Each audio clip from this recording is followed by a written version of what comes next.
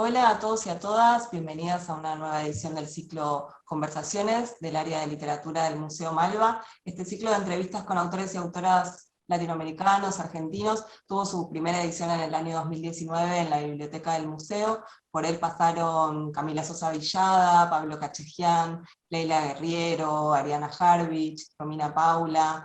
En la edición de 2020, ya en la pandemia, seguimos con el ciclo de manera virtual, y también pasaron Ia Acevedo, Osvaldo Baigorria, Mariana Enríquez, Alejandro Zambra, Valeria Luiselli, Francisco Vitar, Federico Falco, y bueno, ya en 2021 estamos iniciando de nuevo en la virtualidad algunas conversaciones más, y en esta oportunidad vamos a charlar con Guadalupe Nettel, que está en Ciudad de México. Hola Guadalupe, bienvenida, Hola, gracias. ¿Cómo hola, estás? ¿qué tal? Pues bien, aquí en confinamiento eterno. Ah, sí, allá están en cuarentena de nuevo estricta. Sí. Bueno, estricto no, es solo eterno. Y sigue para largo esto. Exacto. Pero no es, justamente creo que como nunca fue estricto, ahora estamos condenados a que sea eterno. Mm. Hasta Sí, que, acá estamos en un momento más de transición con el plan de vacunación avanzando, y bueno, con algunas escuelas abiertas y los locales, las librerías, los bares, todo bastante abierto, pero bueno, como estamos en estaciones del año cambiadas, suponemos que acá va a llegar una segunda ola cuando empiece el frío. mm, posible. Veremos. Bueno, la verdad que la excusa de esta charla es repasar un poco tu obra a partir de la publicación de tu último libro, que es La hija única, pero para quienes no te tienen leída, quería comentarles que Guadalupe escribió varias novelas, también escribió libros de cuentos, tiene una suerte de ensayo autobiográfico que se llama El cuerpo en que nací. La gran mayoría de sus libros están editados por Anagrama, y a mí me parece que, bueno, que tus personajes en particular tienen una presencia muy penetrante para las lectoras y los lectores. Son de esos seres que quedan con nosotras durante varios días, una vez que leímos y que nos metimos adentro de tus relatos o de tus novelas. Hay una gran precisión en las voces con las que lo vas narrando, y una gran minuciosidad en cómo describís sus excentricidades o sus hábitos, pero todo esto está narrado con gran sencillez. Eso me parece como una clave muy fuerte de tu estilo, que la tuya es una prosa transparente, nada rebuscada, muy literaria, y que pienso que debes ser una gran observadora y a la vez una gran artesana para poder hacer, no sé, convivir toda la complejidad de las criaturas que te imaginás sin que se note en la lectura, ¿no? Y bueno, como decía, vos en 2020 publicaste La hija única. Es este libro muy impresionante y muy interesante también. No quiero adelantar demasiado, pero sí tengo que contar el marco de la historia. Está narrada por Laura, la novela, una mujer adulta, solitaria, que decide no ser madre, y cuenta Laura dos historias alternadamente. Por un lado la de su amiga Lina, y los pormenores de un embarazo muy terrible y muy complejo, porque a Lina le cuentan que su beba va a nacer y enseguida va a morir, tiene una patología por la cual no va a poder sobrevivir al parto. Y por otro lado, la historia de Doris, la vecina de edificio de Laura, que es una viuda reciente, que fue sometida a una serie de violencias y que está muy angustiada, y que convive con un niño pequeño, también muy angustiado como su madre. Y entre el ir y venir, entre esas dos intimidades, narradas por una tercera mujer, se va armando un fresco de las maternidades y las formas que va tomando la maternidad en el siglo XXI, el mandato más asociado a la maternidad como algo feliz. Acá está trabajado en el sentido inverso, ¿no? De cuándo es deseada la maternidad, cuándo no, y también cómo se da en este siglo tan atravesado por las reivindicaciones feministas el acompañamiento y la solidaridad entre mujeres. Bueno, dicho todo esto, esta introducción, quería un poco preguntarte por los hilos detrás de toda esta historia. Yo sé que está inspirada en una amiga tuya, la historia de Alina. ¿Cómo te llegó? ¿Cómo fue el proceso por el cual construiste estas voces y las pusiste como en contrapunto? ¿Y cómo te llevas vos con esos lugares comunes en tu escritura, en tu rol como escritora también. Quería empezar por ahí. Bueno, pues muchas gracias por la presentación y por lo generoso de tus comentarios. Sí, tienes razón, es una historia que tiene que ver con mi vida en el sentido de que todo lo que cuento respecto a Lina, Aurelio y la Beba ocurrió realmente, ¿no? Eso está muy inspirado y digamos, casi es una crónica de lo que vivieron estos amigos tan cercanos míos. O sea, la chica en quien está inspirada, Lina, es una amiga mía desde hace más de 20 años. O sea, hemos recorrido juntas un largo trayecto entre las preguntas y los cuestionamientos que nos hicimos juntas es, ¿vamos a ser madres o no vamos a hacerlo? ¿No?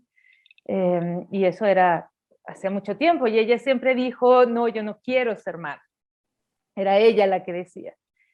Y en algún momento, pues sí, se embarazó y buscó encarnecidamente tener un bebé, y en el 8º mes de embarazo le dijeron, bueno, no se desarrolló el cerebro de tu hija, cuando ya obviamente tenía un nombre, un cuarto puesto, una vida imaginada, una escuela a la que ya estaba pensado que iba a ir, etcétera.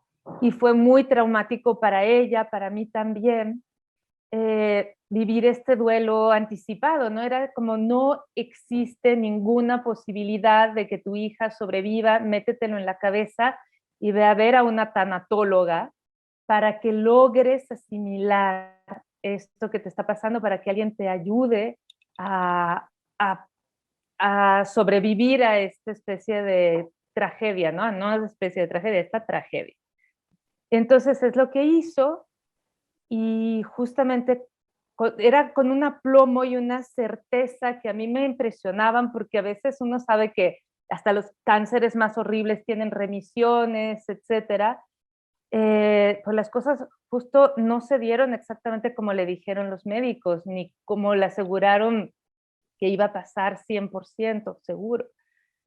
Entonces, cuando se dio esta vuelta de tuerca, cuando la niña no murió, sino que vimos que iba a tener una vida completamente, o sea, una vida en calidad prácticamente de planta, porque le decían, no oye, no ve, no puede pensar ni emitir ningún tipo de comunicación porque tiene un 1% del cerebro, pero no se va a morir, o no se va a morir hoy, puede que se muera mañana, o puede que se muera en 3 meses, o puede que se muera en 3 años. Tal vez podría vivir 9 años. O sea, todo eso le decían. Y ya después de que habían fallado en su pronóstico, según ellos 100% seguro, y ella entró en esta zona de incertidumbre tan enorme, tan oscura al inicio, y que yo vi a la niña y que me relacioné con ella, algo me despertó. La niña y la historia, dije, esto es una historia para que yo la escriba, o sea, yo tengo que escribir esto. En primer lugar, porque tenía ganas como de procesarla. Para mí era ya muy fuerte, imaginaba que para ella, pues lo estaba viendo, era 1000 veces más fuerte, pero también porque a mí siempre me han interesado estos seres como un poco insólitos, esta belleza insólita que yo llamo la belleza del monstruo, ¿no? El monstruo para mí es un personaje maravilloso, eh, porque tiene una fuerza subversiva y rompe todos los cánones de belleza. Incluso el artista puede ser un poco monstruoso porque se planta con otros paradigmas de belleza y de sensibilidad que resultan fascinantes, o por lo menos a mí siempre me han interesado muchísimo, desde El huésped hasta este libro. Creo que hay ese interés por los seres insólitos o disruptivos, cuya fragilidad al mismo tiempo constituye una fuerza enorme, ¿no? Esta fuerza que te digo de disruptiva y subversiva también. Y dije, tengo que escribir esto. El problema era preguntarle a ella y ver si aceptaba, ¿no? y sí aceptó con una generosidad que a mí me pareció impresionante, sobre todo porque es alguien muy, muy, muy pudoroso, alguien como retraído.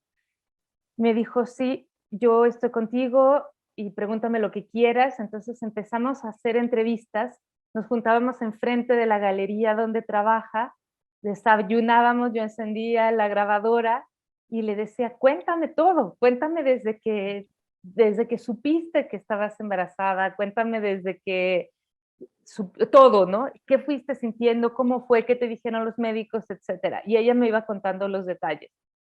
Entonces fue así, como muy al estilo crónica, al estilo investigación periodística, que surgió la historia de Inés.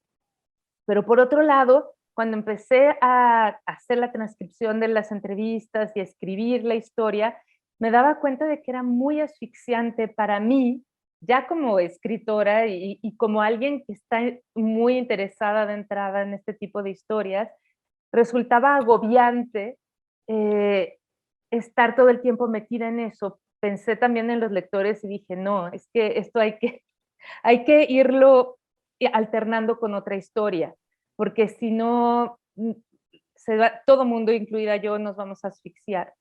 Entonces surgió, y ahí sí como ficción, la historia de Laura con Doris y Nicolás, ¿no? Entonces Laura es un pivote entre la historia de Alina, Aurelio, Inés, y la historia de Doris, esta mujer que es sola, cuyo marido murió y que tiene que cuidar y educar y criar a un hijo violento, ¿no? Un hijo que tiene pues una sensibilidad enorme, pero al mismo tiempo una ira, un resentimiento y pues traumas de infancia. Entonces, estas dos historias se fueron alternando de esa manera y para mí el reto era hacer que la historia ficticia fuera tan creíble como la historia real de la que tenía miles de detalles, ¿no? Entonces, ir construyendo esos detalles visuales, ese tipo de registro sensorial de la casa de ellos, de los ruidos que le llegan al departamento a Laura, etc. Más o menos así fue la construcción de esto, y ese era el reto principal. Es muy notable porque el libro, una vez que te metes, no lo podés soltar. O sea, a mí me pasó, lo compartí con otras lectoras y lectores, tiene algo muy pregnante la historia de Alina y de Inés y de Aurelio, por el cual todo el tiempo estás leyendo la otra, pero también necesitas saber qué pasa ahí. Y como esa intriga dosificada, yendo y viniendo con el otro relato, funciona muy bien como contrapunto. Y a la vez me parece que es un libro que toca por arriba, o sea, en profundidad digo, pero que instala una serie de interrogantes y que se toma la libertad de no dar las respuestas a esas preguntas, ¿no? Que me parece que es algo súper interesante a nivel literario, plantear a partir de cuándo alguien es tu hijo o tu hija, a partir de qué momento una se siente madre, si es cuando desea ser madre, si es cuando tiene a un niño en su vientre, si es cuando ese hijo sale de ella y es una persona en el mundo, pero también de qué manera se es hija. Tanto la narradora Laura repasa la historia con su propia madre, la relación con este niño tan conflictivo, Nicolás y la vecina, es otra forma de maternar o de querer abandonar la maternidad. Y me parece también valiente registrar todas esas preguntas, pero no intentar dar las respuestas, sino que seamos las lectoras las que deban completar el sentido de eso que estás planteando. Y creo que hay dos temas que en algún punto los mencionaste recién, que atraviesan a estas mujeres y que por un lado es la incertidumbre creo que es lo que nos asfixia, lo que asfixia a Lina, pero a la vez lo que te genera más rechazo con la institución médica, que nadie sepa convivir con esa incertidumbre. Y por otro lado, la incomunicación, porque así como Alina se aísla y Doris se aísla, también hay un personaje como Laura que trata de derribar esos muros, de acercarse cuando lo cree pertinente, de generar ciertos puentes con estas otras mujeres, aunque ella misma a veces también manifieste su incomodidad o su dificultad para acercarse a ellas. No sé qué pensás de estos dos temas, de todas estas preguntas. Sí, total. Estoy de acuerdo en que en literatura, o sea, a menos que sea un ensayo y que tengas unos postulados muy fuertes, es mejor no dar tantas respuestas y sobre todo creo que yo misma no las tenía, ¿no? O sea, las he tenido en algunos momentos y después las he modificado. Cada lector tiene respuestas distintas porque cada situación es diferente. O sea, no hay una sola maternidad que sea igual a otra ni tampoco una relación con la madre, ¿no?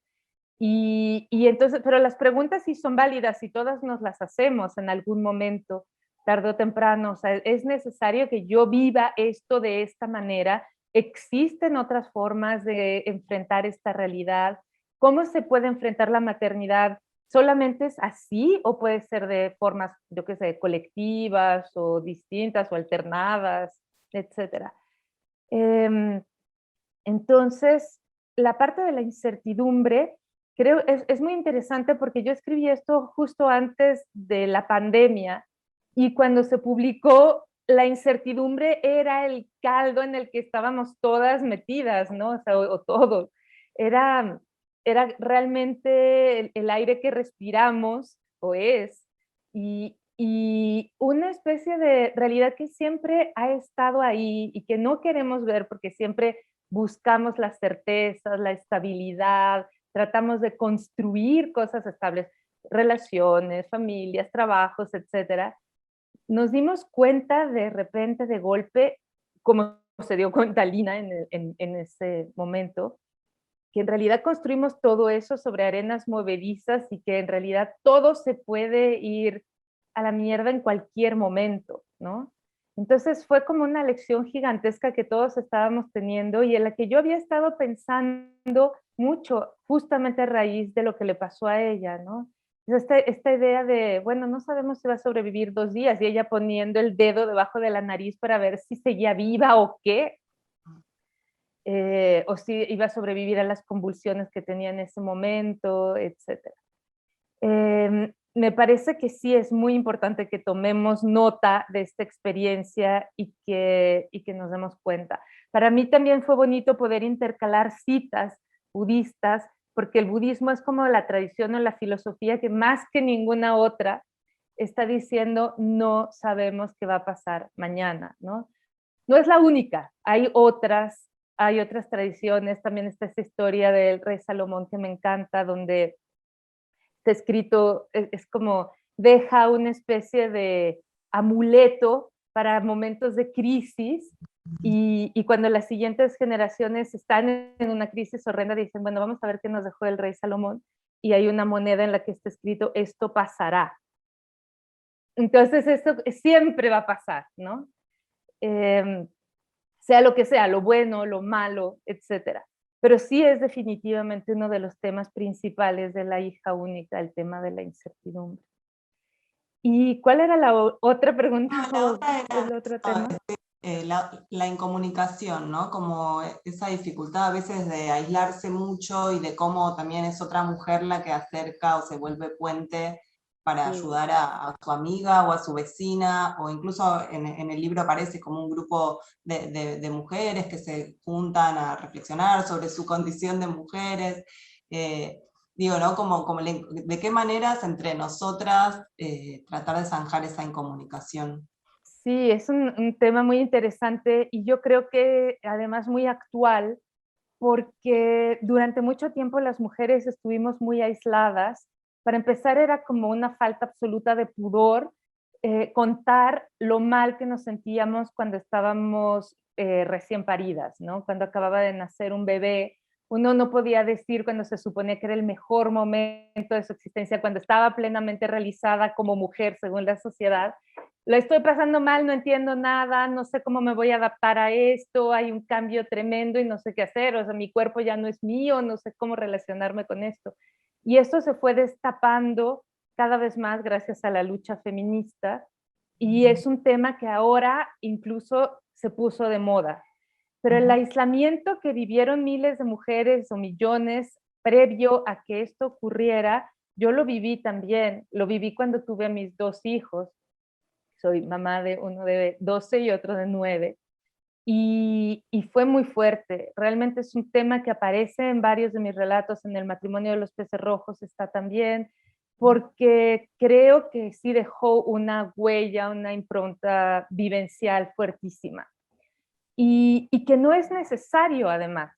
No es necesario, pero durante muchísimo tiempo se construyó así la sociedad, de forma que los hombres iban a trabajar y las mujeres se quedaban en casa ocupándose de todo, todo lo doméstico, ¿no?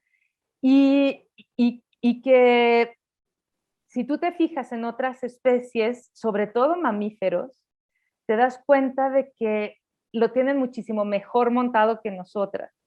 O sea que en realidad cuando nace un delfín o cuando nace un lobo o cuando nacen otros animales, no domésticos, que los animales domésticos ya los tenemos un poquito también pervertidos. Humanizado, sí. Exacto. Eh, la relación es muy diferente. Hay elefantes también, hay grupos de hembras que se encargan de toda la crianza de un bebé, ¿no? O grupos, incluso manadas, a veces también los machos intervienen, no es algo tan solitario como se da ahora. Hay un libro también súper interesante sobre la paternidad en el mundo animal. El nombre del autor es que nunca me lo he logrado aprender porque es un nombre de la India y me cuesta muchísimo, pero se puede buscar. Es un libro donde cuenta cómo los machos de especies muy distintas empollan, crían, llevan, etcétera, cuidan. O sea, que el cuento que nos vendieron de que la mujer es por naturaleza el individuo que debe de ocuparse de la crianza es un mito absoluto y que basta con ir a ver el reino animal para darse cuenta. Entonces, yo me hice todas estas preguntas. ¿Cómo podríamos cambiar las dinámicas entre nosotras para empezar y después con las parejas o con los amigos de forma que fuera mucho más gozoso? Y no solamente gozoso, sino también más seguro para los niños. Porque muchas veces, justamente por este aislamiento en el que criamos, los niños se ven absolutamente aislados, pueden estar en entornos de mucha violencia, como le pasó a Nicolás, sin que nadie se atreva a intervenir o a derrumbar esos muros de lo sanguíneo, ¿no? Los muros de la sangre que impiden que otra persona llegue y diga, oigan, momento, aquí hay una relación de abuso, vamos a intervenir o vamos a ayudar o vamos a traer otro tipo de energía para que cambie la dinámica dentro de la casa. A mí me parece que es importantísimo que nos planteemos este tipo de cosas porque sabemos que la violencia doméstica está todavía, a pesar de todas las denuncias que hagamos, es imperante en nuestras sociedades. En México por lo menos mueren 11 mujeres al día por temas de género. Y, o sea, manos de los maridos o de los novios o de los ex o de los, etcétera. Entonces, es muy importante que nos planteemos cómo podemos hacer para que no estemos tan aisladas. No, y es una construcción de toda la sociedad, por eso, ¿no? Desde tu rol como escritora lo vas a hacer desde una novela, ¿no? Pero cada una tendrá que encontrar desde qué lugar puede aportar también a visibilizar este tipo de conflictos. Aquí también hay, en la cantidad de años, de días que lleva este año, ya hubo más femicidios que días. También, ¿no?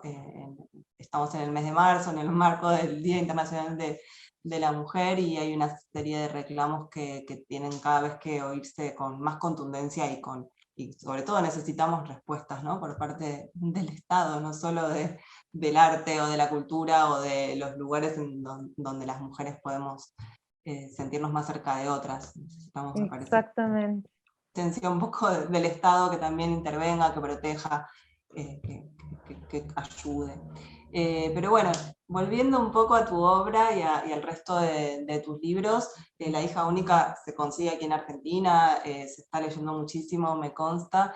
Quería pasar a, bueno, tu novela anterior, que fue el Premio Herralde, que se llama Después del invierno, que también se consigue aquí, pero en general una cosa que me pasó repasando todos tus libros, cuento por cuento, es que todos están escritos en primera persona, ¿no? Como que cualquier relato está narrado desde un yo que tiene subjetividades muy distintas, todos tus personajes son muy distintos entre sí, pero comparten esta cualidad, ¿no? Me impresiona mucho cómo en Después del invierno, por ejemplo, hay dos voces a lo largo de toda la novela que se van cruzando, cómo podés escribir desde el punto de vista de Claudio, que es un cubano hiperobsesivo que vive en Nueva York, y a la vez desde el punto de vista de Cecilia, que es una estudiante mexicana que vive en París, solitaria, un poco depresiva, pero digo, también en los cuentos de Pétalos, en tu novela El huésped, siempre optás por una primera persona con un despliegue interesante de su pasado, su presente, sus pensamientos, sus amistades, sus conflictos, y con gran precisión para ir metiéndote en todas esas pieles. ¿No? Yo me imaginaba eso, no sé, o que sos una gran observadora, tomando apuntes de las conductas de las personas, o que tenés una gran facilidad para ser otra, pero también todo esto me hacía pensar en el trabajo de los actores y de las actrices, ¿no? De interpretar distintos roles, de prestar en este caso sería su voz, pero ellos prestan también su cuerpo al servicio de una narración, de una construcción de un personaje, y cuán mimético se vuelve también, ¿no? Para vos como escritora después desprenderte de esas voces que construís. Quería preguntarte un poco de eso, ¿qué implica para vos como escritora darle voz a estas criaturas si nacen de la observación, de la imaginación? Si alguna vez probaste escribir en tercera y no te sale, y lo desechaste, y si te quedas involucrada también con ellos, eso, ¿cómo haces después para salir de esos personajes? Bueno, depende de los personajes, no todos salen del mismo lugar. Por ejemplo, sí, muchas veces, la mayoría de las veces yo me siento, me pongo en el lugar, trato de imaginar qué se siente ser esa persona, ¿no?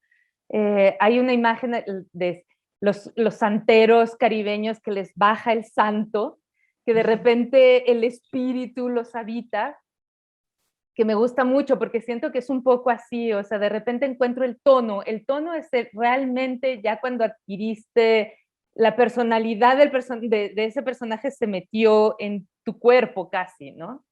Y entonces desde ahí puedes escribir cualquier cantidad de locuras a veces o cosas que tú nunca dirías.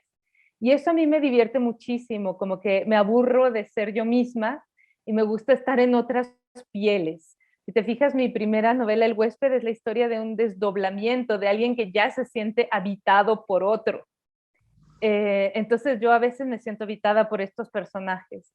Y, y a veces, por ejemplo, el personaje de Claudio tiene más bien como de un poco también del resentimiento y de algún tipo de necesidad de venganza, porque este es un cubano machista, misógino, como varios hombres que yo conocí y que son capaces de soltar barbaridades que son absolutamente ofensivas sin siquiera darse cuenta.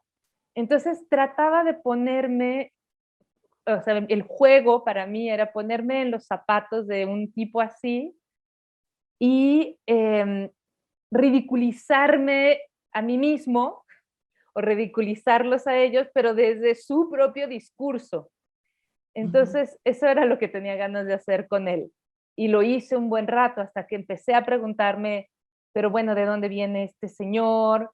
¿Cómo era su educación? ¿En qué tipo de contexto creció? ¿Cómo era Cuba en ese momento? ¿Cómo era su madre también? ¿No? Porque muchas veces tiene mucho que ver la relación con la madre o con los padres, sobre todo para los machistas. Yo creo que desgraciadamente las madres tenemos mucho que ver ahí.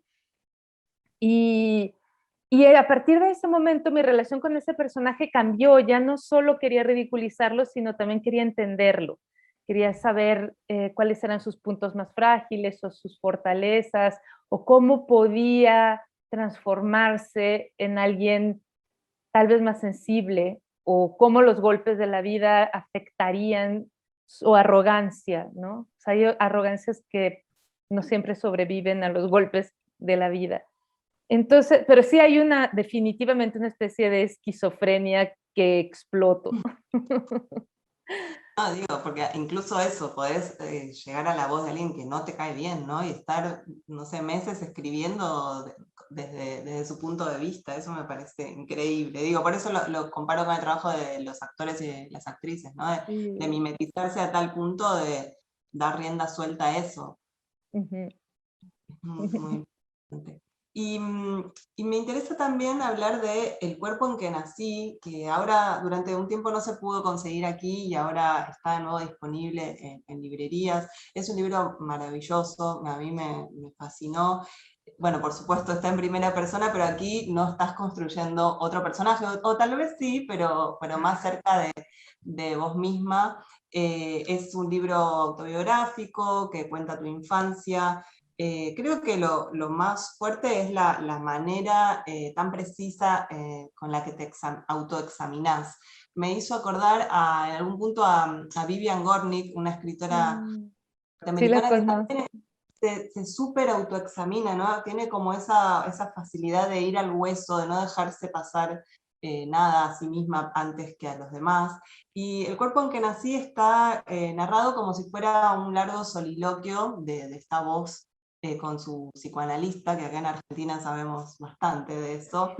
Y, y me parece que es un libro que, bueno, que cuenta un poco tu infancia en México, el viaje, el traslado de tu familia a Francia, que no es que van a las luces de París, sino que van a una localidad bastante más dura, digamos, en el contraste con ser mexicanos.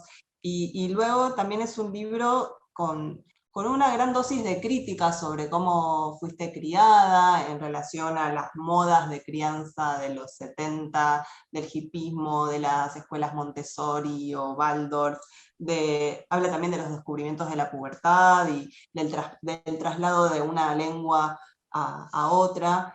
Y es muy impresionante cómo tu memoria fluye con una agilidad, como que llegás a los recuerdos, al hueso de los recuerdos con mucha transparencia.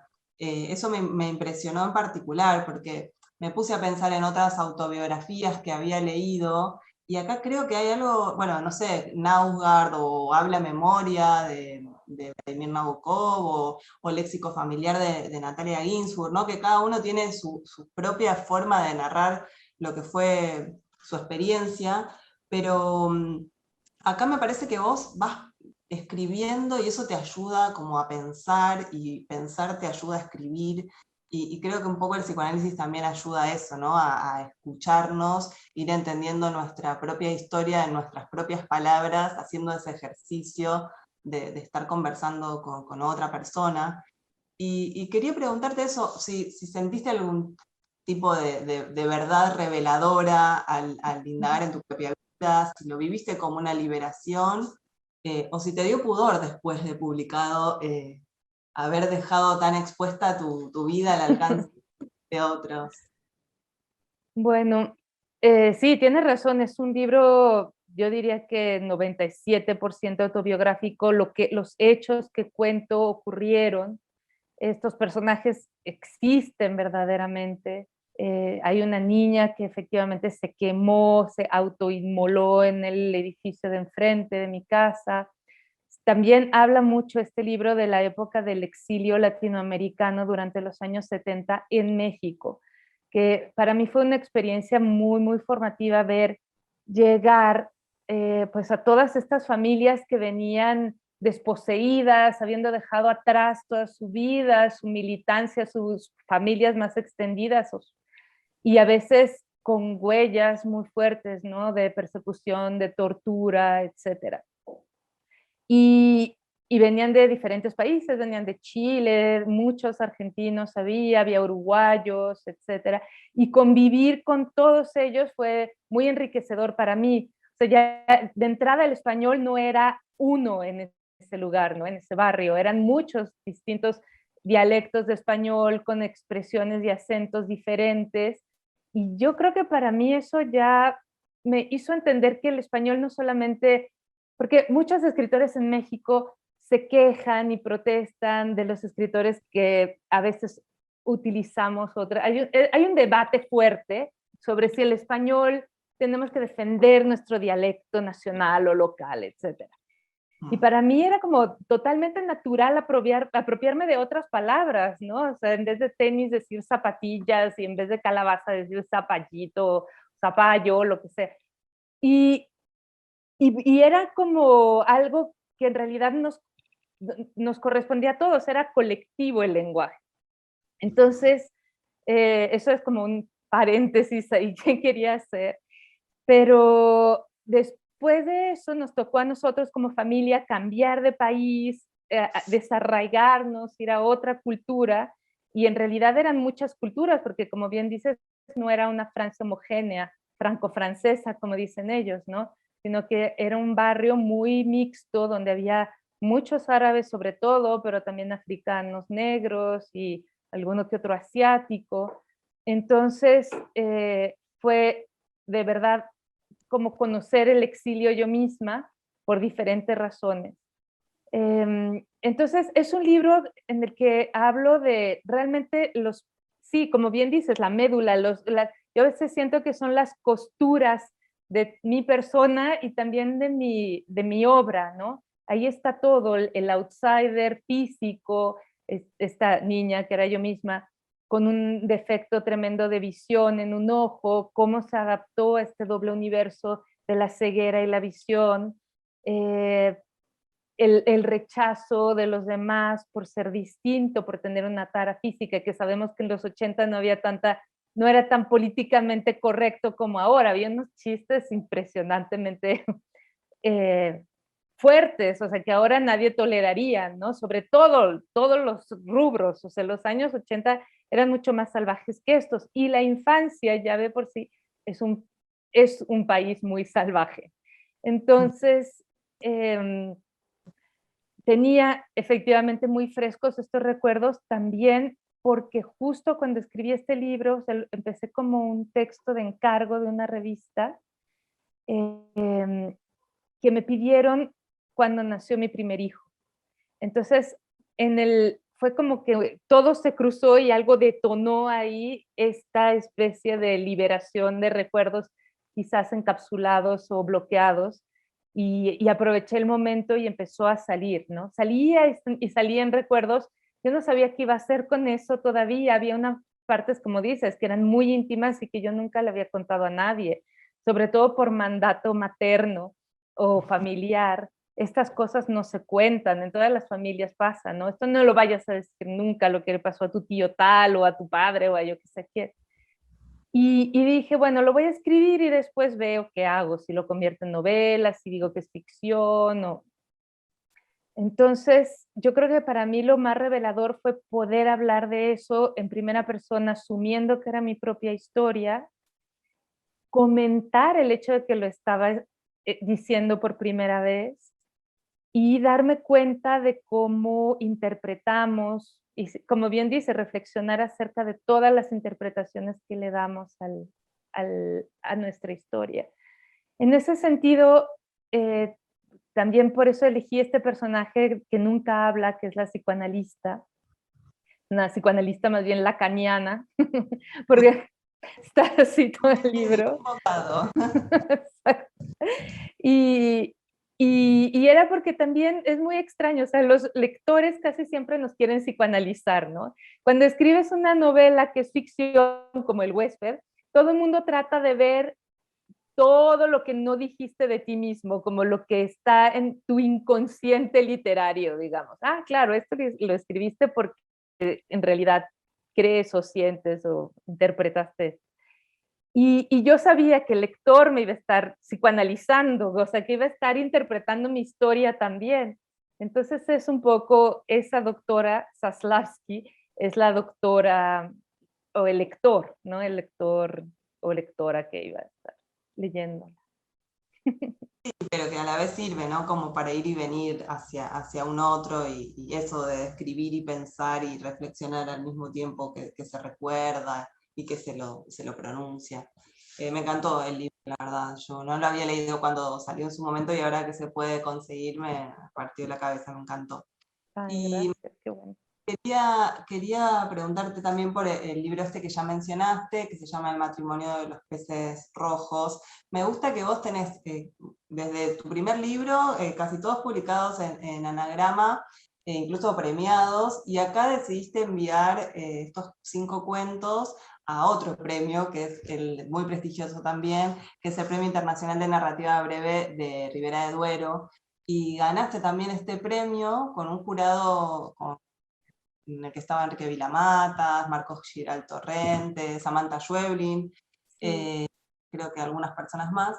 Y es muy particular el libro, me pareció súper elegante y muy bien como dosificada la vida de estas personas a las que también les das voz en relación a los animales. Y acá es cuando hago el breve paréntesis para reponer para aquellos que no lo hayan leído. Es un libro de 5 relatos independientes en el que distintos personajes establecen una relación muy particular con mascotas no del todo domésticas en algunos de los relatos. Está el tema de la maternidad en el cuento que da nombre al libro, esto que hablabas, que es una mujer embarazada, que observa los peces que tiene en su acuario, en su pecera, en la sala, y cómo su estado de embarazo se relaciona con y su matrimonio con la relación que tienen el pez macho y el pez hembra que contempla, pero digo, en cada uno de los relatos hay o gatos, cucarachas, una serpiente, hongos, y es muy llamativo que está narrado con mucha ferocidad la emoción de los humanos y no tanto la de los animales, ¿no? Los animales pueden ser potencialmente peligrosos, pero acá la emoción más difícil es la que asumen los humanos y cómo se contrastan con estas otras criaturas no humanas. Y aparece todo esto que vos contabas antes, ¿no? De lo monstruoso, o da la impresión de que son personajes, gente normal o ordinaria, que podríamos ver en un colectivo o en el metro, pero que tienen este reverso un poco más perturbador, tienen alguna anomalía. Por ejemplo, la protagonista del cuento de Hongos es una violinista que tiene una relación extramatrimonial y cuando tiene hongos vaginales producto de esa relación ocasional decide, en vez de curárselos, mantenerlos vivos como recuerdo de ese amor tan intenso. Me parece muy interesante y quería preguntarte un poco por el proceso creativo por el cual llegaste a ellos, si fueron escritos todos juntos, si los fuiste pensando y encontraste este hilo conductor de la animalidad, y de dónde surge, ¿no? El interés este, tal vez lo hablamos un poco antes de la cosa interespecies también en las vidas cotidianas. Sí, siempre me han interesado los animales, me gusta ver documentales de la vida animal, los de David Attenborough, de la BBC y otros, ¿no? Me gusta leer sobre ellos porque creo que nos dan muchísima información acerca de nosotros mismos como parte del reino animal. O sea, nosotros consideramos muchas veces que somos superiores o que somos diferentes o que estamos aparte porque tenemos esta cualidad de la razón, ¿no? Y nos han convencido todos los filósofos desde Descartes hasta la fecha que gracias a que razonamos y tenemos el lenguaje somos muchísimo más inteligentes, y a veces tú ves a los animales lidiar con situaciones que a nosotras o nosotros nos vuelan completamente la cabeza y justo la razón, y ya no sabemos qué hacer, ¿no? Justamente como la maternidad, la crianza, la muerte, ellos la encaran de una forma, con una sabiduría, con una especie de naturalidad que hemos perdido y que a mí me parece muy conmovedora cuando la veo en y me deja admirativa cuando lo veo en los animales, cómo lo enfrentan, etc. Entonces, siempre tuve como la idea de escribir acerca de, o sea, hacer un conjunto de cuentos comparando la vida de los animales y la vida de los seres humanos, pero cuando vi la convocatoria a este premio, dije, bueno, llegó el momento, esto va a ser el libro de los animales, y los animales que voy a elegir van a ser todos como sinuosos, oscuros, silenciosos, peligrosos, amenazantes, porque quiero que sean ese tipo de emociones las que reflejen, ¿no?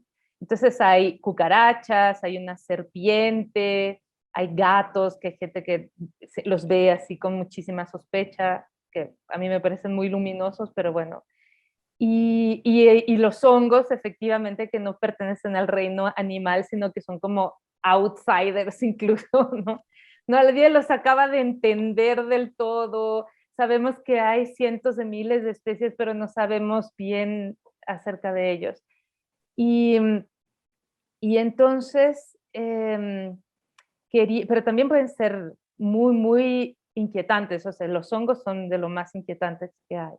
Se pueden realmente volver zombies a otros animales, ¿no? A nosotros mismos. Y quería contar acerca, o sea, quería contar este tipo de relaciones entre humanos a través de, con las metáforas de los animales. Pero también hay animales, por ejemplo, como las cucarachas o la serpiente que aparecen ahí, que tienen un prestigio y justo, o sea, como tratando de romper el prejuicio que tenemos en Occidente sobre este tipo de animales. La serpiente encarna lo diabólico, a Satán, etcétera, para nosotros, pero para los chinos es lo contrario, es el renacimiento, aquello que resurge como la primavera, etcétera. Entonces, sí, fue como, tenía el hilo conductor, sabía que iba a haber muchos animales distintos, y sí lo escribí uno tras otro, pensando en el premio este como deadline, y diciéndome, bueno, voy a sacar algunos y voy a meter solamente los mejores. Y la verdad es que es uno de mis libros favoritos, de los que más me gustan a mí.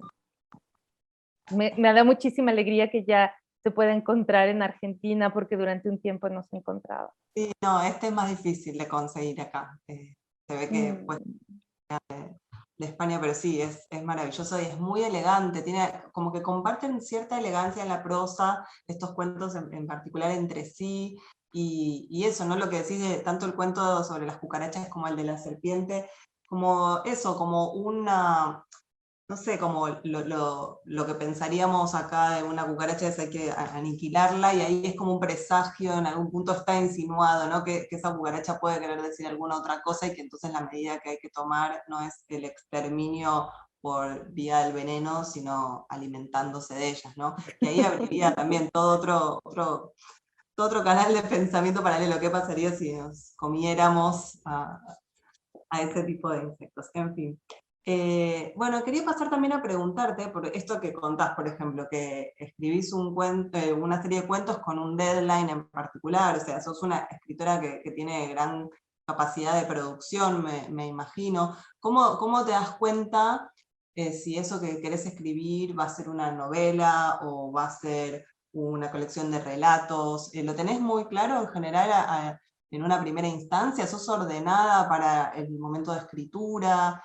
¿O se da como algo que va cayendo solo y se te va armando en la cabeza antes?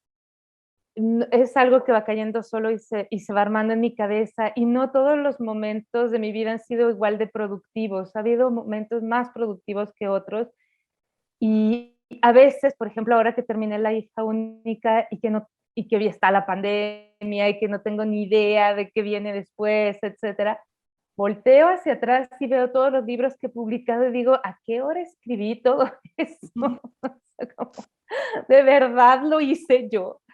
Y no creas que es como siempre ese impulso de, bueno, tengo este deadline, lo voy a hacer. Todo depende del periodo existencial, básicamente. No sé, sí, pero siempre ha sido así, siempre ha sido algo que llega. yo creo en la inspiración de la que hablaban los surrealistas y los románticos, como Verlaine y antes Lautréamont y antes Novalis, ¿no? Esta especie de flujo, que tenemos como una antena que está ahí captando cosas y a veces recibimos estos mensajes, puedes decir no sé, de espíritu si quieres, pero más para mí es como del propio entorno, como de una especie de conciencia colectiva que está ahí, generamos esos pensamientos, generamos esos sueños, generamos esas historias, y si tenemos las antenas bien calibradas, las podemos recibir.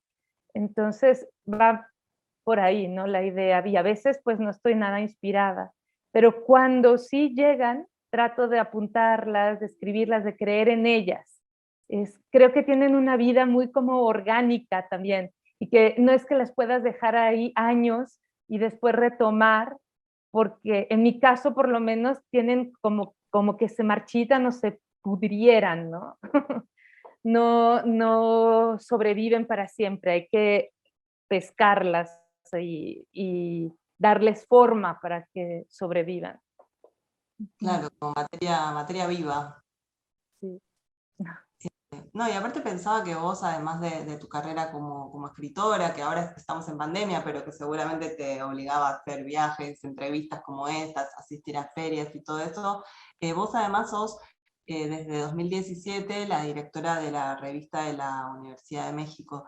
Y pensaba que sos de esa generación que empezó, que se formó leyendo revistas en papel, que incluso vos colaboraste antes en varias o formaste parte de varias, y que tenés ese rol viniendo desde ese lugar en una revista que estuve buscando un poco y tiene 88 años de historia, que fue fundada en 30, que vos sos la segunda mujer en dirigir este tipo de publicación, y y también es una revista de referencia, ¿no? Que saca un número mensual, con mucho trabajo detrás, con una serie de plumas, colaboradores y colaboradoras de distintos países, que reúne una serie de análisis críticos, ¿no? Como que es un lugar de confluencia de distintos proyectos temáticos en algunos casos, y de escritura, en el que podemos leer opiniones diversas de personalidades muy disímiles entre sí, que no necesariamente vienen del riñón de la UNAM.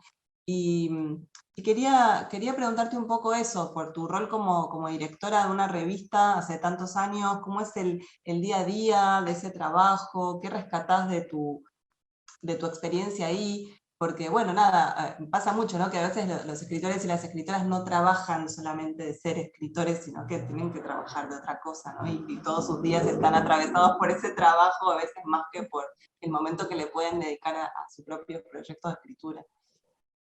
Pues yo he disfrutado muchísimo los años que llevo en la revista. Además que tuve una suerte increíble porque pude reformular el proyecto, que se ha revitalizado a lo largo de estos 88 años de forma constante, ¿no? Entonces la rejuvenecimos completamente, cambiamos el formato, estamos imprimiendo también, que es algo que a mí me gusta mucho, o sea, poder lidiar con papeles, imprentas, etcétera. Y el trabajo en equipo lo disfruto muchísimo también. No solamente con los que hacemos la revista formalmente todos los meses y cambiamos todo el tiempo de tema, porque es como un grupo de estudio. Ahora vamos a hablar de eso. Entonces nos metemos todos en ese tema y va a haber programas de radio, buscar autores y leemos qué se ha escrito al respecto, y buscamos artistas que han trabajado sobre eso. Ahora vamos a hablar de discapacidad, ahora vamos a hablar de animales o de resistencias o de lo que sea, feminismos hicimos. Entonces podemos elegir el formato, podemos elegir los temas, podemos elegir los autores, y estamos dando por primera vez como un espacio de paridad para las autoras mujeres. Entonces es como muy gratificante estar ahí. O sea, de verdad es un periodo muy gozoso y lo considero muy privilegiado, ¿no? Yo sé que tener esa situación, para mí que siempre me han gustado las revistas y que he hecho casi que desde la escuela primaria, revistas murales hasta revistas que he pagado de mi bolsillo y de, no sé, 100 ejemplares o 1000 ejemplares. Pues es como el sueño del pibe, como dicen ustedes. El sueño de la piba. Exacto. Y, y sé que no voy a, tampoco va a ser para siempre, entonces lo estoy disfrutando muchísimo también, pensando que en algún momento dejaré de hacer eso y me dedicaré más a los libros o a los artículos o a otro tipo de trabajo que también he hecho, dar talleres, así, Claro. por ahí. Bueno, recomendamos a todos los que están viendo esto que después se metan en la web y naveguen los distintos números temáticos de la revista de la Universidad de México que están disponibles online, más allá de que se impriman o no en papel, para leer desde cualquier parte del mundo. Y que tienen unas buenas coberturas de los meses de pandemia. Era muy interesante lo que se estaba escribiendo. Sí, se publicó al final un libro así de 500 páginas con todos esos textos. También había colaboradores espontáneos que no invitábamos nosotros, sino que mandaban textos. Fue un proyecto muy bonito, realmente. Qué bueno que estés ahí, no sé, detrás de escena de todo eso, muy interesante. Bueno, para ir terminando, quería hacerte dos preguntas sobre las lecturas, porque casi no hablamos de otros autores o autoras, y yo sé que por cosas que fui leyendo y buscando de otras notas que diste, que tuviste un momento de, no sé, de ser fanática de Kenzaburo Oe, también sé que leíste de Todo Perec, que, Sí. bueno, en La hija única hablas de Gornik, hablas de Cartarescu, el escritor romano, increíble, y quería preguntarte, si tuvieras que elegir así de tu formación lectora, de la vida, digamos, así, 4 o 5 autores o autoras que fueron claves en distintos momentos de tu vida, ¿a quiénes mencionarías? No hace falta que digas los obvios, ¿no? Ya damos por sentado que una mexicana, no sé, tiene leído a Rulfo, por supuesto, ¿no? Como, digo, algunos que para vos fueron determinantes en tu escritura también, ¿no?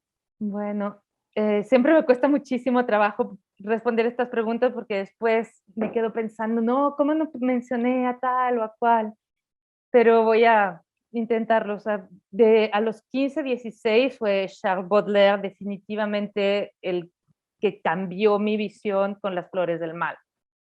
Más que Rimbaud, más que cualquier otro. Leí también a André Breton y en esa época los surrealistas me gustaban muchísimo. Leí al Boom también en ese momento, ya no voy a decir ningún autor, pero Cortázar, no, sí, Cortázar, rescato del todo el Boom. Para mí es un maestro absoluto del cuento, sobre todo, y como personalidad literaria entrañable. Romain Gary fue también un enorme descubrimiento, sobre todo los libros que firmó como Émile Ajar, La vida ante sí, La angustia del rey Salomón, la Gros Câlin se llama en francés, no sé si está traducido, creo que no, y otro que se llama Pseudo, son librazos para mí de cabecera. Y también la carta de suicidio, su vida y muerte de Émile Ajar. Georges Perec, definitivamente. Espera. Y luego, bueno, también vinieron Natalia Ginsburg y antes, es que hubo mujeres desde esa época, por ejemplo, George Sand me parecía maravillosa, en la misma época en la que leía Baudelaire, ¿no? Con los románticos, que es mujer, pero que firmaba con un seudónimo. Natalia Ginsburg, que digo, Alda Merini, la de Tierra Santa, que es una poeta increíble. Está en italiano y casi que estudié italiano solo para poderla leer en lengua original. A ver, ¿quién más? Ellos han sido, bueno, Kenzaburo Oe definitivamente, también tuvo un papel importante. Y luego, más adelante, Virginia Woolf, que me parece una ensayista, bueno, más allá de cualquier cosa, ¿no? O sea, una mujer súper lúcida. Dentro de las figuras femeninas que me han marcado está ella y está Lu Andrea Salomé, que desde muy chica me parecía también personajazo, sobre todo sus libros autobiográficos, ¿no? Su relación con Rilke, con Freud, y cuando cuenta todo su acercamiento al psicoanálisis, etc. Más Nombraste reciente. un montón, 4 o 5, creo que vas como 7 u 8. 20. No, pero me interesa tal vez que hagamos un contrapunto con algunas lecturas más contemporáneas, porque Sí, porque sí. no, esto es algo que le suelo preguntar, se lo pregunté a Zambra, a Luiselli, a Falco, a Mariana Enríquez, como de qué escritores y escritoras contemporáneos de cualquier país del mundo esperás su último libro con ansiedad, digamos, que sale el libro y decís, quiero leerlo ya, que voy a comprármelo o a conseguirlo. Samantha Schweblin y Mariana Enríquez definitivamente. Y también si sale un libro de Valeria Luiselli lo voy a comprar. Y de Fernanda Melchor también. De Cristina Rivera Garza he leído muchos que me han impresionado. Me parece una escritora brillante, una ensayista brillante. Déjame pensar. Pero de esta época definitivamente son mujeres. O sea, las que te digo, sí o sí las leo. Qué bueno. Bueno, buenísimo. Un montón de nombres para seguir leyendo. Sí, Y lo que no faltan son libros, por fortuna. Qué sí. maravilla, ¿no? Pero está bueno porque aparte, no sé, me parece que está la literatura mexicana escrita por mujeres, con vos como representante, con Luiselli y Fernanda Melchor, está como... Y con Sí. Margo ahí tuiteando, Margo Blas, como la estrella de Twitter, es increíble. Digo, Sí. está como muy viva, ¿no? Y cada una con su proyecto como bien diferente del de la otra. Muy distintos todos. Sí. Y muy potentes, definitivamente. Sí. Bueno, te decía, llegamos al momento del cuestionario Proust. Esto tenía mucho más sentido cuando lo hacíamos en la biblioteca del museo, porque la invitada en cuestión cerraba los ojos y sacaba sin mirar, y bueno, no sé, algo del orden del azar formaba parte de esa situación, y acá soy yo la que va a elegir algunas para preguntarte. Y la idea un poco es eso, es como acá no pensar demasiado, sino contestar lo que te venga en mente así sin mucha reflexión. La primera es un héroe y una heroína de ficción. Lo primero que me venga en mente,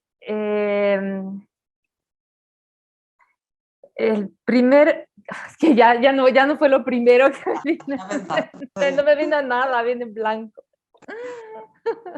Podemos sacar otra.